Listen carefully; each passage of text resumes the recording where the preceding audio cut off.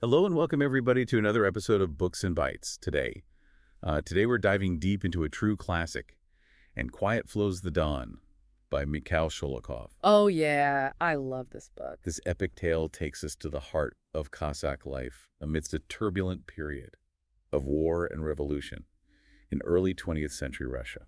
It's fascinating how Sholokhov immerses you in the unique culture of the Don Cossacks, their deep connection to the land and their fierce independence. This sets the stage for how they respond to the sweeping changes brought about by World War I and the Russian Revolution. You're right, the sense of place is so strong. But before we get swept away by history, let's set the scene for our listeners. We're following the Melekhov family, particularly Grigori, a young man whose passionate nature drives the story. And Grigori's story is really a microcosm of the larger themes that Sholokhov explores: love, war, social upheaval, and the eternal struggle between fate and free will. It's all there, beautifully interwoven. Okay, let's unpack that. We start with the Don River region and its unique inhabitants, the Cossacks. Can you tell us a little more about who they were and what made their culture so distinct? The Don Cossacks were a semi-nomadic people with a rich history steeped in military tradition. They were known for their horsemanship, their loyalty to the Tsar, and their fierce defense of their land and way of life. Their culture was tightly knit, deeply patriarchal, and bound by a strict code of honor. Imagine a community where tradition reigned supreme, where your family name and reputation were everything. And right from the beginning, Sholokhov drops hints about the societal norms and transgressions that will shape Grigori's fate. Remember the incident with his grandfather bringing back a Turkish woman from the war? Absolutely. That incident, still whispered about years later, speaks volumes about the Cossack community's rigid moral code and the consequences of defying it. It foreshadows the tumultuous love affair that will come to define Grigori's life and ultimately lead him to question everything he once held dear. It all starts with a fishing trip. Where Grigori encounters Aksinya, their attraction is immediate, almost primal. You get the sense that their love is a force of nature, something they can't control. Sholokhov's description of their first meeting is so evocative. It's not just physical attraction, it's a recognition of kindred spirits.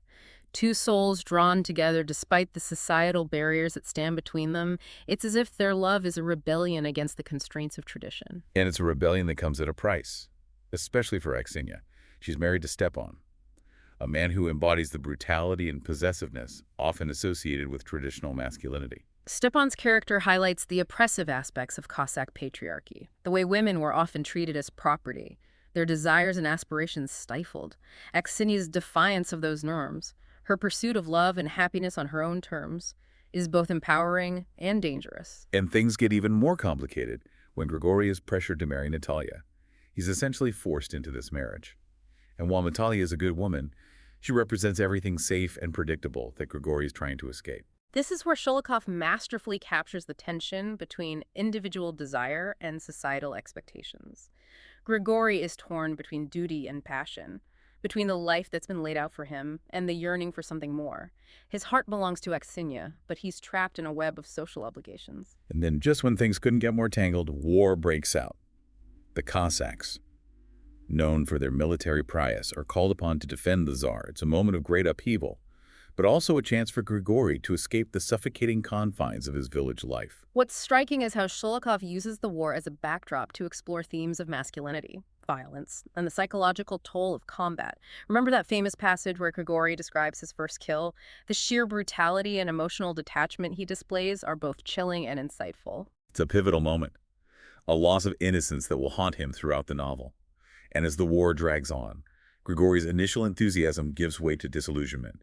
He witnesses the horrors of the front lines, the casual cruelty of his fellow soldiers, and the senselessness of the fighting. It makes him question everything he thought he knew about duty and honor. The war becomes a catalyst for Grigori's awakening. It forces him to confront the darker side of human nature, both in himself and in the world around him. He begins to see the cracks in the Cossack code, the hypocrisy and brutality that lurk beneath the surface of their traditions. And then, just when it seems like things couldn't get any worse for Grigori, he's wounded and sent home, he returns a changed man, physically and emotionally scarred by his experiences. But even back home, peace eludes him. He finds himself caught in a love triangle, torn between Natalia's quiet devotion and Aksinya's fiery passion. The love triangle becomes a microcosm of the larger conflict brewing in Russia. Just as Grigori is torn between two women, The nation is divided between those clinging to the old ways and those yearning for a new order. It's a time of immense social and political upheaval, a time when old certainties are crumbling and the future is uncertain. And it's not just personal turmoil he's facing. Grigori returns to a village on the brink of revolution. The old social order is collapsing. And the Cossacks, once staunch supporters of the Tsar, find themselves questioning their allegiances. You really get a sense of this shifting landscape through the introduction of new characters. Like Bunchuk, the Bolshevik soldier. He represents this wave of radical ideas, a stark contrast to the traditional values Grigori has always known. Bunchuk's presence is pivotal. He embodies the rising tide of revolution, challenging the Cossacks' worldview and exposing them to the ideals of equality, social justice, and the overthrow of the ruling class. His interactions with Grigori plant the seeds of doubt and rebellion, pushing him further down a path of questioning and uncertainty. And it's not just political ideas that are causing upheaval. Sholokhov weaves in these smaller personal conflicts that reflect the larger societal tensions. The simmering feud between the Meлекhovs and Stepan, for example, explodes in a violent confrontation that highlights the destructive cycle of revenge and the breakdown of community bonds. What's so powerful about that scene is how it goes beyond a simple revenge plot. It speaks to the disintegration of social norms, the unraveling of the fabric that once held their community together.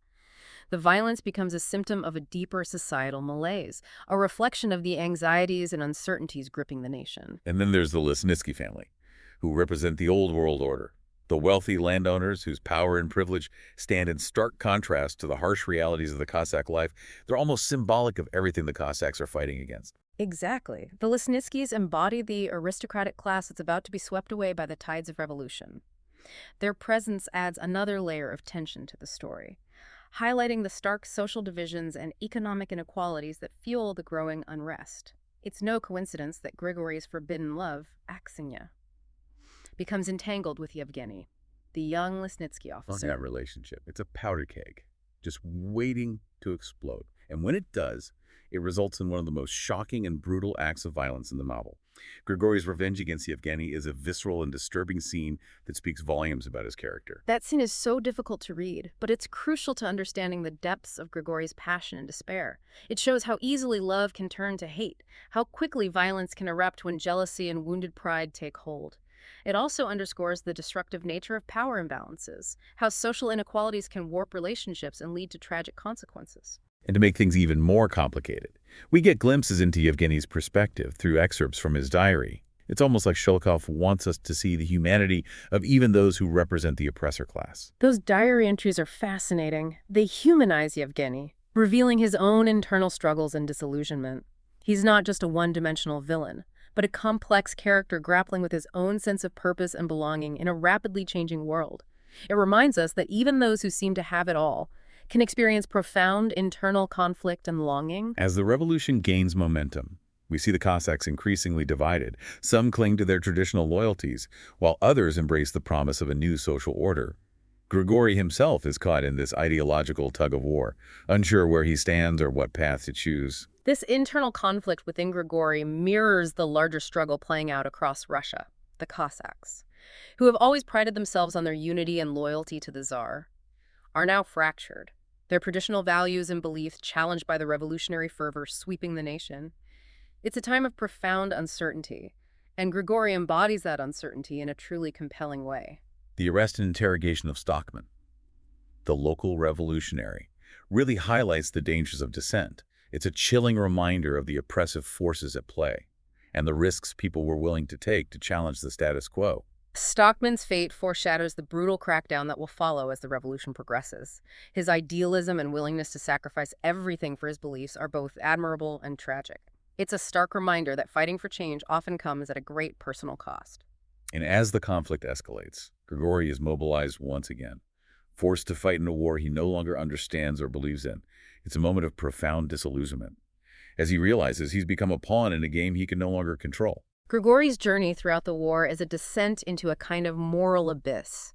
Each battle, each act of violence, chips away at his soul, leaving him increasingly weary and disillusioned. He's caught in a cycle of violence and destruction, yearning for peace, but unable to escape the clutches of war.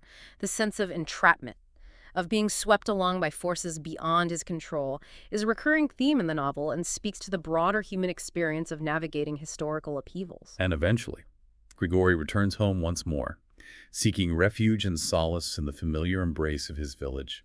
But even there, peace eludes him.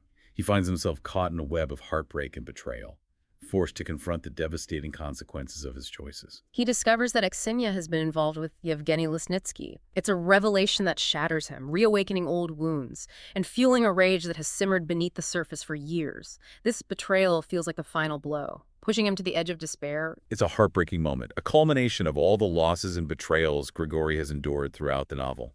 It's as if fate itself is conspiring against him, denying him the love and stability he so desperately craves. The revelation of Aksinya's affair is the catalyst for a final desperate act. He leaves his wife and children, Fleeing with Aksinya in search of a new life, a place where they can escape the ghosts of their past. But even as they ride off together, you sense that their future is uncertain, their happiness fragile. That final image of Grigori and Aksinya riding towards an unknown horizon is both hopeful and haunting. It speaks to the enduring power of love and the human desire for happiness, even in the face of overwhelming adversity. But it also leaves us with a sense of unease, a feeling that their past will continue to haunt them, that the cycle of violence and heartbreak may not be so easily broken. Sholokhov doesn't give us a neat resolution, a happily ever after ending. Instead, he leaves us with this sense of ambiguity, a lingering question about the nature of fate and free will. Was Grigori destined for this tragic path, or did his choices lead him to this point? That's the brilliance of Sholokhov's storytelling.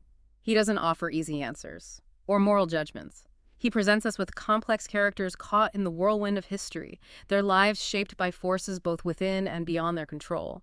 He leaves us to grapple with the same questions that tormented Grigori. What does it mean to be free? Can we truly escape the past? And what are we willing to sacrifice for love? And Quiet Flows the Dawn is a novel that stays with you long after you finish reading it. It's a sweeping epic that captures a turbulent period in history, but it's also an intimate portrait of human lives caught in the crossfire of war, revolution, and forbidden love. It's a story that resonates across time and cultures because it speaks to universal themes of love, loss, betrayal, and the search for meaning in a world often marked by chaos and uncertainty. Sholokhov's characters are flawed, complex, and deeply human. Their struggles and triumphs, their joys and sorrows, remind us of our own shared humanity, our capacity for both great love and terrible violence. It's a challenging read, but one that is ultimately deeply rewarding. It asks us to confront difficult questions about ourselves, about the nature of our choices, and the forces that shape our lives. If you're looking for a book that will challenge you intellectually and emotionally, a book that will stay with you long after you close the final page, then And Quiet Flows the Dawn is a must-read. It's a novel that will make you think, feel, and question everything you thought you knew about history, humanity, and the enduring power of storytelling. This has been a fascinating deep dive into And Quiet Flows the Dawn. We hope you enjoyed it and that it inspires you to pick up this classic and experience its power for yourself. Thanks for listening.